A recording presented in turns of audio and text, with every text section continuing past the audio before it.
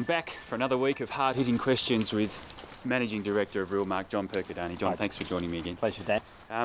One thing I've noticed in the last few weeks, there's a lot of positive talk out there from the media, and it seems like it's a good time for investors. Have you found that? Absolutely. Across Realmark, we found the inquiry level generally is up from buyers, but particularly investors are certainly coming back into the market at the moment, both in the commercial and the residential areas. So why do you think they're doing that? Look, certainly in the residential arena, I think conditions are increasingly favourable for investors. So we've got higher rental returns, low vacancy rates, the cost of money is down with interest rates falling.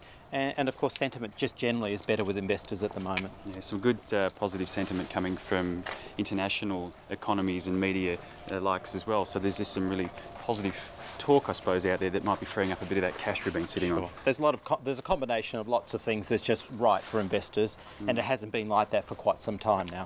Anything they should look out for?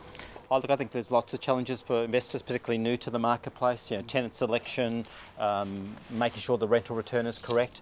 There's a lot of pitfalls as well as a lot of advantages for investors. So getting it right is very critical. So if they want more information or direction, is there anywhere perhaps online they can go? Sure, we've recognised there's a real need for that sort of advice. So we've created a sort of a free advisory website, like a resource centre for investors. And so if people go to rentalproperties.perth.net.au or go to our normal website or even contact us by Twitter, I think they'll find there's a lot of good advice and assistance for them there.